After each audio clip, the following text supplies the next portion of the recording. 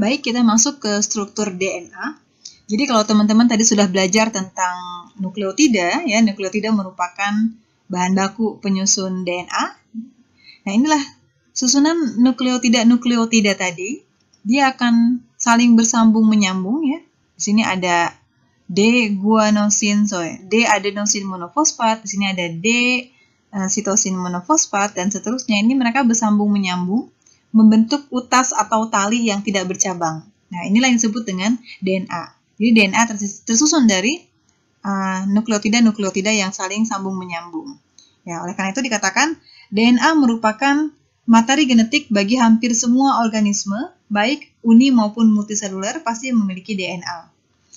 Struktur DNA ini sangat panjang, jadi memang ini karena gambar ya, hanya contoh saja ya. Sebenarnya DNA ini sambung menyambung nukleotida yang ada di dalamnya ini sampai membentuk tali yang sangat panjang, dan dia merupakan polimer yang tidak bercabang ya. Kalau teman-teman lihat di sini ada satu utas DNA, bentuknya panjang, tidak bercabang seperti pita.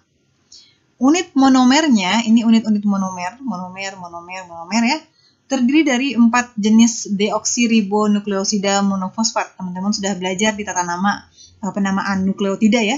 Karena dia berasal dari gula deoksiribosa, maka jenisnya adalah deoksiribonukleosida, dan karena hanya ada satu fosfat yang menempel, maka dikatakan deoksiribomonofosfat. Jadi ada 4 macam penyusun atau monomer-monomer dari DNA ya. Yaitu tadi ada 4 jenis deoksiribonukleosida monofosfat ya. Ada DAMP, ada DCMP, DTMP, dan DGMP tadi ya. Deoksiadenosin monofosfat, deoksisitidin monofosfat, deoksitimidin monofosfat, dan deoksiguanosin monofosfat ya. Semuanya merupakan monomer-monomer penyusun DNA. Jadi memang ada 4 jenis basa yang saling berpasangan di bagian dalam dari DNA. Ya, ada 4 jenis basa, yaitu basa adenin, basa timin, basa guanin, dan basa sitosin. Jangan sampai ketukar ya. Adenin akan berpasangan dengan timin, basa guanin akan berpasangan dengan sitosin, gitu ya, dan sebaliknya. Ya, A dengan T, G dengan C, atau sebaliknya, T dengan A, C dengan G. Ini harap diingat, ATGC dan sebaliknya. Baik. Nah, pada DNA kita balik lagi ke struktur DNA. Ini unit-unit monomer antara yang satu dengan yang berikutnya ini diikat dengan ikatan ester yang menghubungkan 3 hidroksil atau atom C ketiga dari salah satu nukleotida ke atom C kelima fosfat dari nukleotida yang berikutnya. Ya, jadi dari atom C yang ketiga berhubungan dengan atom C yang kelima melalui fosfat, ya, atau berhubungan dengan fosfat pada atom C kelima di nukleosida yang berikutnya. Di sini ada ikatan ester. Begitu pula yang seterusnya dan seterusnya. Jadi ada ikatan ester yang menghubungkan antara satu nukleosida dengan nukleosida yang lain yang ada dalam DNA, gitu ya. Nah, polimer yang dihasilkan ini, polimer itu sambung menyambung tadi ya, gabungan unit monomer-monomer tadi, akan membentuk suatu backbone atau tulang punggung yang merupakan perulangan atau selang-seling ya, antara gugus gula dengan gugus fosfat. Kalau teman-teman lihat di sini ya, ada gugus gula, kemudian fosfat, kemudian gula lagi bersambung dengan fosfat lagi, bersambung dengan gula lagi, bersambung dengan fosfat, dan seterusnya.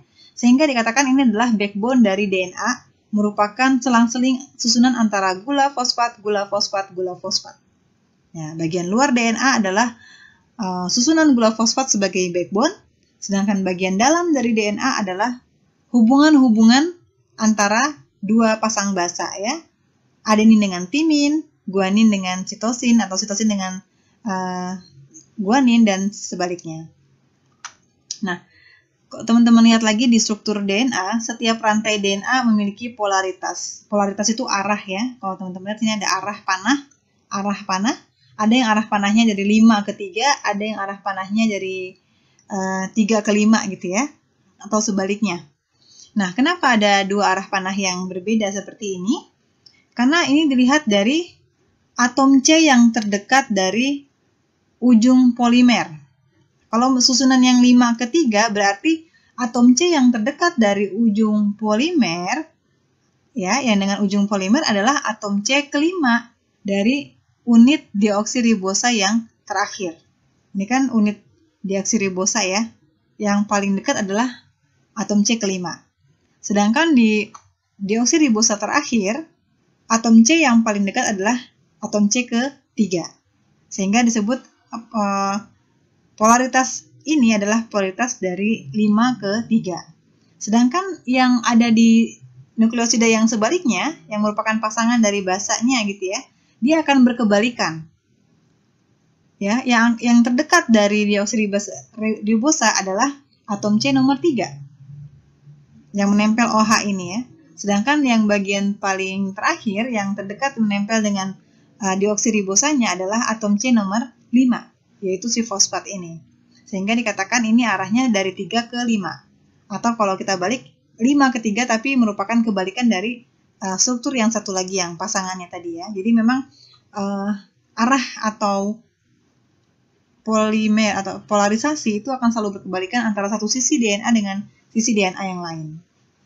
Nah, pada pusat heliksnya ini adalah pasangan-pasangan basa tadi ya, yang akan selalu berpasangan AT dengan GC dan sebaliknya. Setiap satu putaran heliks, ini kan satu putaran ya, dia memutar, setiap satu putaran kira-kira ada 10 pasang basa lah, ya, gitu.